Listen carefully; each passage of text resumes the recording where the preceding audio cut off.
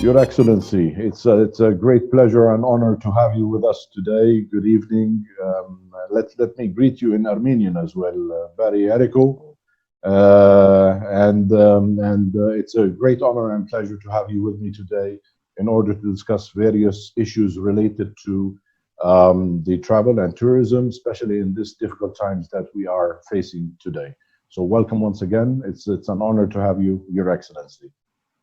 Dear Mr. Adel, the pleasure and the honor is mine, and thank you so much for this opportunity. And thank you for the greeting in Armenian too. I know you were in Armenia maybe 2 months ago, and I think you liked Armenia and you liked what you see in Armenia. So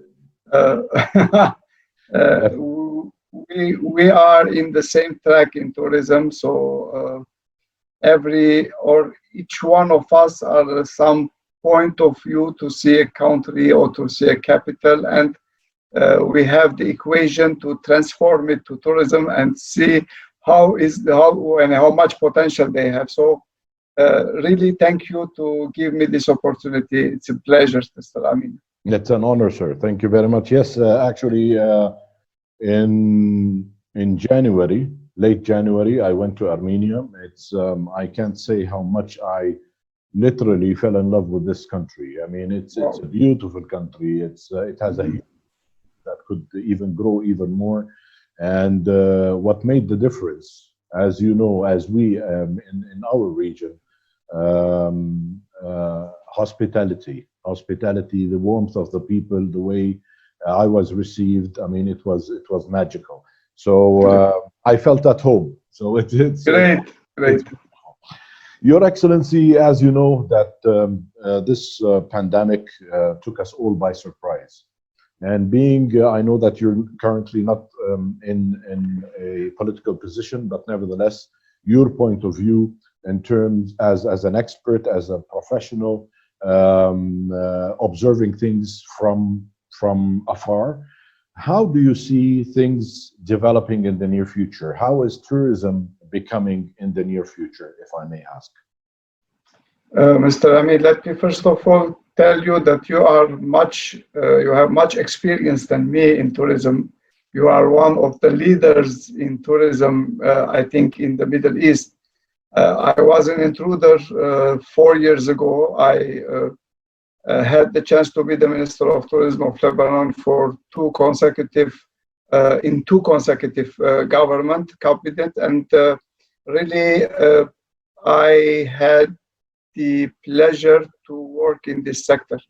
And then my humble experience tells me now that we are still in the problem, or in the tragic problem of the pandemic of Corona, for sure. If we are talking about the tourism in different countries in the world. But mainly I was thinking today that this pandemic has a truly negative impact on tourism. But what I am expecting is that after this huge campaign of vaccination, and then if we will go on to reach maybe 60-70% of the humanity having this vaccination, I think we are going to coming back maybe slowly to tourism, but the people will have this. I think they will be starving to return to tourism. Tourism should be maybe the first thing people will think after the pandemic. You know, when we were talking in 2019 about 1.4 billion people or billion tourists in the world, we are talking about one of the most important sectors that has income for countries, and in the same time give pleasure for people, give the opportunity to explore other countries or to live those 15 days or 7 days in other countries.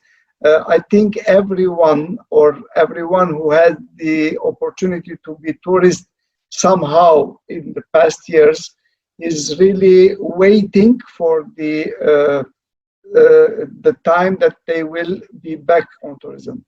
Let's say if I will describe what I will expect in tourism, let me tell you that we will need maybe 1 or 2 years to be on the same level or same numbers or same incomes as 2019, because we were thinking in 2020 that we will be able at the end of 2020, at the last quarter of 2020, we will restart tourism. Now we are aware that if we will be able to restart in this and in the fourth quarter of 2021, it will be great. So I think that the main problem will still will stay with us till the end of this year, and we will start beginning 2022 to recover. First of all, maybe the internal tourism in each country, and then to talk about tourism and we can travel to another country. I was now watching the news and I heard what is happening now in France and the number of people who had affected by corona, and then the number of people in ICUs, etc., and the sort of blockage in these countries. I think that nobody now are thinking about tourism really.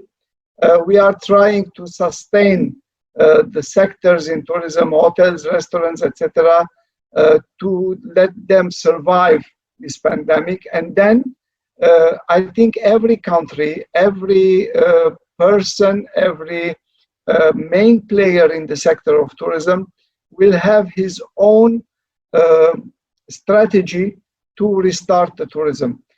Maybe later on we will talk about Lebanon, and I will tell you what is the problem in Lebanon and what we'll have to do. But even in Jordan, you know that the numbers of corona cases are growing, and you don't have tourism. We have, we are suffering together, but there's some countries like United Arab Emirates that they have vaccinated a big number of their population. Now they are returning to tourism. To cut it short, I think this is the best time, maybe starting June 2021, to regulate how we will work starting 2022, because it will be a different sort of tourism. Even though we had the vaccine, we have to do everything. We have to put the mask. We have to have this social distancing. But I think I don't know. Maybe I'm not right, but it will be a booming in 2022. Really, Mr. Amin, every person in the sector is now maybe will not take seriously what I'm talking about, but it is like you are hungry and you are waiting to have your meal, and you will be more hungry. So you will have more meals, more food, etc. This is what I am waiting for 2022. But still, I'm sure that we need a clear strategy to work on tourism, a clear strategy to reopen our doors, and clear strategy to get more people in countries maybe has a big number of corona cases, and this will distinct and this will separate a country from another to be more able to have tourists or more minus to have tourists. I totally agree, Your Excellency. I think that, yes, our expectations was that 2021, we might start having a glimpse at the end of the tunnel. But it's unfortunate that this pandemic is unpredictable. So you never know how it will move. Yes, we in Jordan have had some rising in the cases. I think now we started crushing down the curve.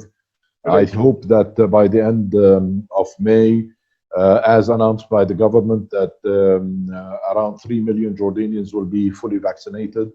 And this, in addition to those who have been suffering from this pandemic, I think that we will reach, hopefully, the required immunity in Jordan. But nevertheless, as you've said, as long as this pandemic is there in the world, nobody is immune. So even if you have a destination which is immune by vaccinations or by infections, if you have other visitors coming in, it remains to be a threat. And here comes, as you said, the strategy and the required protocols that needs to be in place, very clear, so that people can enjoy their vacation. Because if I go to a holiday, I need to relax. I don't want to be in panic. So this is the main reason of tourism.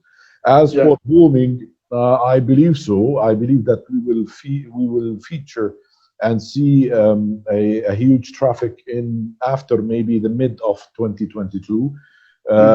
Nevertheless, again, we have to take into consideration that suppliers like hotels, tour operators have to be conscious when it comes to pricing, because this pandemic did hit people economically. Yes, we are hungry to travel, but again, maybe we will not be able to travel because the prices will become high, whether it's airlines or the suppliers, because they want to gain on the losses that they had. So we have to have a very clear balance between the two things. But I totally agree. Yes, people will travel again. It will take us time, as your colleague, Mr. Savas, His Excellency Savas said. His expectation is identical to yours, that it will take us time. Hopefully 2022 we will start having more business. And here it takes me, sir, to another question which you've just mentioned, that we will most probably keep on wearing masks. We will most probably try to be social distancing in the coming period. So having said that, how do you see the trends of tourism? Are people will try to avoid major cities and go to the rural areas, open doors? How do you see it? Yes, totally. I'm totally agree that people will search another kind of tourism. Maybe the kind of tourism staying in hotels and having meals in the restaurants, etc. This kind of tourism maybe will need more time to be restarted. But the rural tourism, the tourism in the nature, this kind of natural, I don't know how to describe it. It will be much different. Maybe you will have a tent in the desert, or a tent in, I don't know, in a forest. And this kind of tourism that you will be with your family and effectively socially distant from other families or other tourists, that we will still have this suspicion that we are not quite secure if we are in communication or close contact with other people. So that's why I was telling in the first, when I was answering for the first question, that we need a new strategy. We need to think, and we need to imagine what will be more comfortable for tourists, what will be more attractive for him, and mainly you pointed to the very important thing.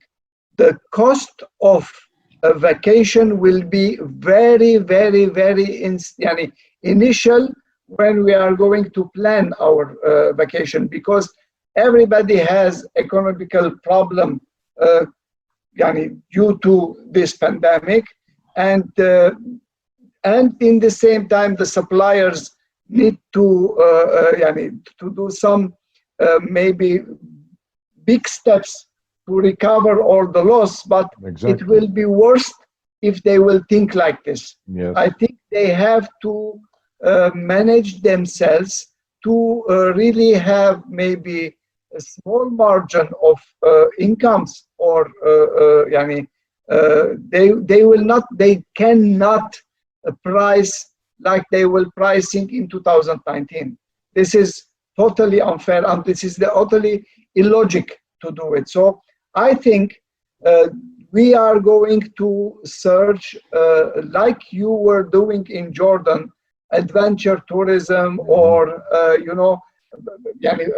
fortunately you have a big capacity in this issue, and we have it in Lebanon, and maybe I think they will have in other countries too. But the classical way of tourism, and that we are taking our plane and going to the airport and then to the hotel and then having nightlife and I don't know, having parties, gathering, etc.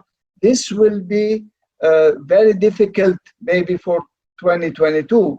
Maybe we will get used for it, or we will have this immunity and then go for it for next year.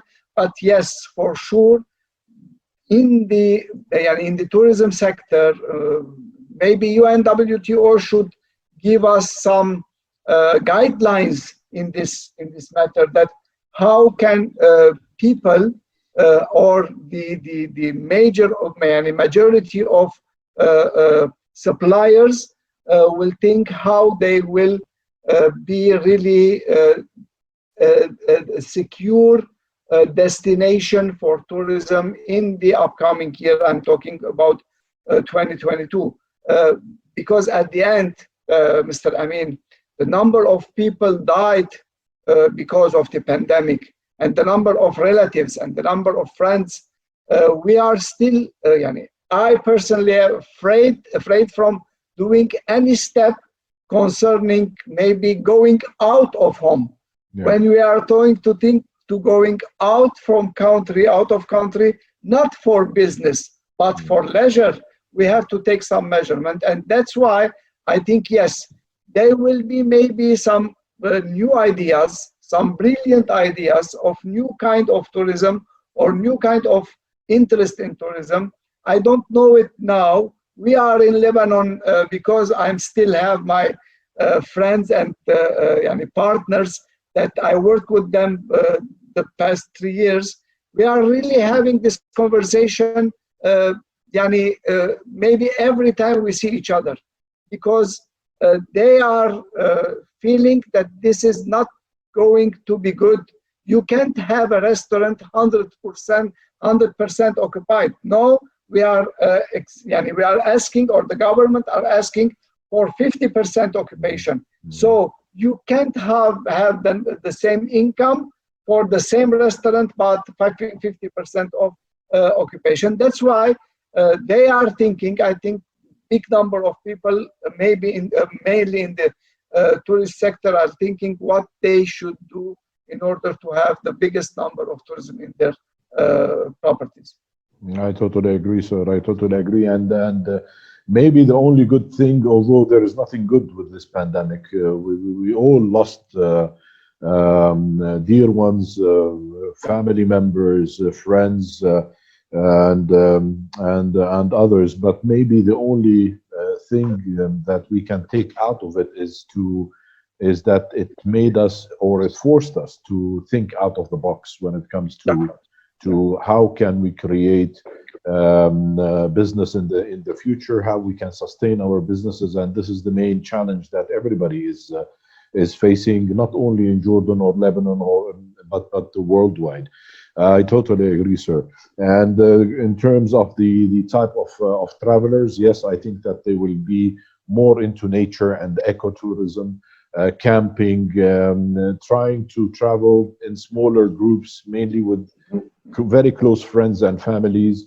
And this type of tourism, I think for the near future, this is what we will see. Of course, we cannot neglect that domestic tourism, as you've mentioned, is quite important. Sir, as I have told you before we started, I lived in Lebanon, and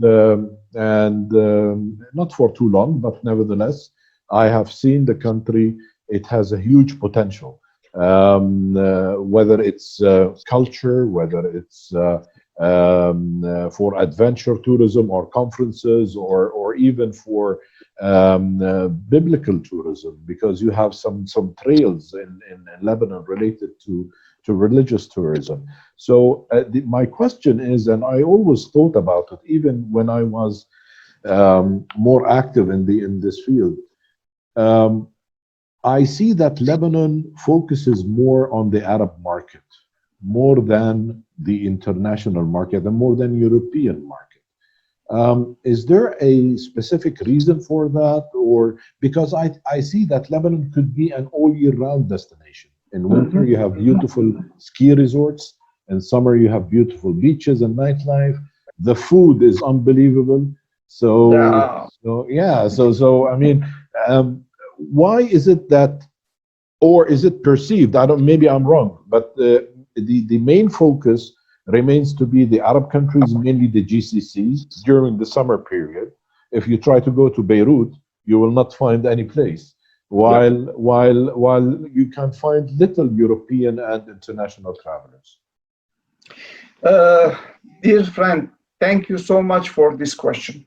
You know why?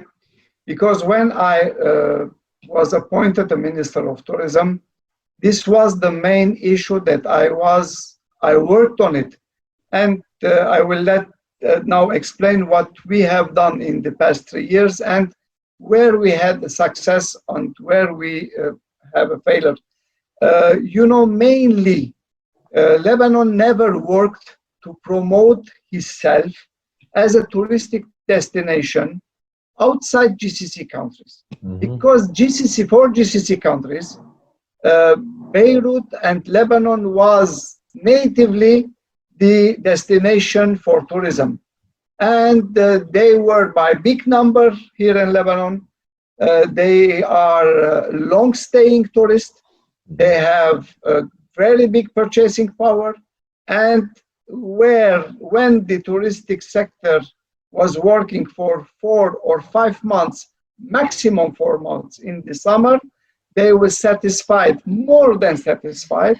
And then they will never think about promoting Lebanon and thinking about other source market for tourism in Lebanon. That what happened in Syria in 2011, the starting of war in Syria, and then the political problems in Lebanon, and the political problems with some of GCC countries, and the sanction on, or not the sanction, and the decision of these countries to block the tourism, or not block, to not let their citizens to travel to Lebanon for any reason, not only for tourism, for any other reason. So we are in a sort of, if you can excuse me, in deep shit. So really, that was the time that I was appointed and started to think what to do. And that's why we have organized more than one international yearly conference in Lebanon, where we invited around 150 tour operators, travel agents, maybe airlines, etc., to Lebanon from more than 40 European countries, and let them know what was our product. Because those European people, before the civil war in Lebanon, so I'm talking before 1975, they were aware about a destination called Lebanon. And Europeans and Western people are coming to Lebanon because it was the only touristic destination in the Middle East. But during the war, 15 years of war, and then during our political and security and stability, etc., they forgot about us. So what we have done is we started to refreshing their memories about a destination called Lebanon. And we had a big success. We started in this project in 2017, and in 2018 and 2019. In 2019, we reached a number which was 50% more from European tourists from European country, comparing with 2010, which was the best year of tourism in Lebanon. Wow. So we had the success to return to the European tourists to Lebanon. Yani in 2019, the summer of 2019, the main, if you want, talking in tourism was, wow, we have Europeans, we have this kind of tourists that are coming to Lebanon. But we as ministry and the suppliers in touristic sector have to be adapted to this kind of tourism, because the tourists from GCC are not asking about price, are not asking about what will cost a meal or a lunch or a dinner. But the European one, they will be very specific. They need very, very reduced price and very maybe more advantages, and that's why they have to reduce their prices. And we give more, if you want, possibilities for them. I think now, after the problem of the economical problem in Lebanon, the explosion of the Beirut airport, and now we are really suffering from everything in Lebanon. I'm telling to the most of the leaders, political leaders in Lebanon, tourism will be the only way to recover the economy in Lebanon if we will have a wise thinking to know how to price and how to promote Lebanon after pandemic for Europeans. And the idea of being Lebanon only a touristic destination for Gulf people is not a reality now. We have the same number at the end. We had 55% Europeans and 45% from Arab countries in 2019. I think it's extremely important. The diversity of the markets and the source markets and the main feeder markets is extremely important for any destination, because, as you've mentioned, Your Excellency, depending on specific countries, if anything happens politically, environmentally, whatever reason, then you will lose a big portion of your business, and you don't have anything in reserve to compensate. If I may ask, Your Excellency, what's the contribution of tourism to the economy in Lebanon? For instance, in Jordan, it contributes in 2019, I think it was more or less 14% of the GDP. What is it in Lebanon, approximately? Yeah, let me tell you again, before 2011, before the war in Syria in 2010, it was around 18 to 20%. Whoa. During the time, starting 2011 till 2016, it was around 5-6%. In 2018 and 19, we reached again in 2018 around 12%, in 2015 around 15%. As of the numbers of UNWTO, the total income from tourism directly and indirectly in 2018 was $8,374,000,000. Wow. And this is what we need mainly now, because we are begging for fresh dollar and fresh money in Lebanon now. So that's why I'm telling this is the main sector that they have to rely on to recover economy in Lebanon. I totally agree. I think, as we say in Jordan, tourism is the oil of the destination. If others have oil, tourism is our oil, and I think the same applies to Lebanon in one way or another. And concerning European countries and the changing the way suppliers think in order to cope with their needs. Definitely this is needed, especially that, as you know, sir, in Europe, they have certain regulations, they have certain requirements. They always ask, yes, value for money. They are ready to pay as long as they get something in return.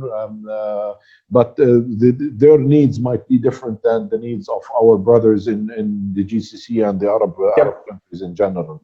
I know that your time is quite tight, Your Excellency, but I have the final question.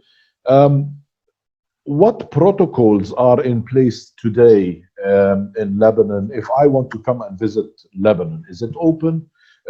If it's not open, what is required? Is any tests required to be done? Or when do you think that Lebanon could open its doors for whether business travel or leisure travel? Okay, Mr. Amin.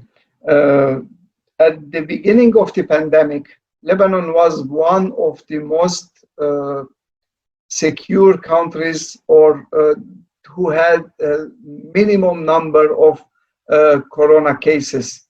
After the explosion of the 4th of August, after the explosion of the port, the number was increasing in the way that we didn't expect. Now, if you want to visit Lebanon, you have to have with you test result, PCR test result, negative test result. When you reach the airport in Lebanon, you have to pass another PCR test, and you will have your result in 24 hours, and you can continue if you are tested negative. So you can do whatever you want. There's no quarantine for the time being. So this is implemented now? It will. I will tell you that it maybe 3 or 4 weeks. Okay. Yes. Before that, at the beginning of the year, they will. You have to have a reservation at the hotel for at least 3 days, etc., etc. No, you can. You can freely circulate in Lebanon if you are tested negative at the airport. And let me tell you, the number of people tested positive at the airport is not more than 5 per 1,000. So this is a very acceptable number, and you can do whatever. But the problem is that in Lebanon we have a big number of positive, corona positive, and that's why we are going from lockdown to lockdown. And tomorrow, let's say, we have a lockdown from 5 morning till at midnight, Monday midnight, because we have our how may I say, the Eid al-Fasah, sorry, the Easter. The Easter, yes, the Easter. And that's why, because we are obliged to not have family reunions in this occasion. So we have a 3-day lockdown, and then we are going for the ordinary lifestyle. But during the normal days, not during the holidays, do you have any lockdowns in place now? As an example, in Jordan, every Friday we have a lockdown, total lockdown. Every day, as from 6 p.m. until 6 a.m. in the morning, everything is shut down, and we have a curfew. And of course, there's no prayers in mosques, no prayers in churches, all of these in order to minimize the contact. So is there any certain measures like this in Lebanon, or it's only for special occasions? Mr. Amin, we had total lockdown starting 14th of January till the 10th of February, I think. Total lockdown. And then we had 3 different levels of reopening the countries. The total reopening was at the 22nd of March, although the restaurants had to close at 8 p.m. And you cannot have more than 50% of the occupation. We had at that time, we had a platform that you have to apply for, let's say, visit or going to the church or to the mosque or to the supermarkets, etc. Now, because of the holidays, of the Eastern holidays, so you have to have a permission to go to the church for Sunday. Yeah, it's quite challenging, quite difficult. Yeah. Well, I hope, Your Excellency, that things will become better. I wish you and your family all the best, and we hope that we can meet again soon. We met twice, I think, in London and in Dubai. Next time, hopefully, we can meet either in Amman or Beirut. And the golden days, the old good days. Oh yes, it will come back. It will come back, inshallah. Let's hope. And thank you so much. Thank you. I wish you a happy Easter and happy holidays, and for Lebanon, all the prosperity and all of our love and support as much as we can. Your Excellency, Mr. Avedis Guidanian, thank you very much for this interview, and thank you for your time, sir. And we hope that we will meet soon. Thank you so much. I wish you all the best. You are one of the best leaders in tourism in the Middle East. I told you that at the beginning of the interview. I'm telling this because I know I learned much from you and from Jordan. I know this. And, we have a common friend, Dr. Talib Rifai, who is one of the leaders in tourism. But, Mr. Amin, I wish you all the best too. I wish you to be in the head of tourism sector in Jordan or anywhere else, and we will have the chance to cooperate again. Thank you so much. Thank you, Your Excellency. Thank you very much, sir. Thank you.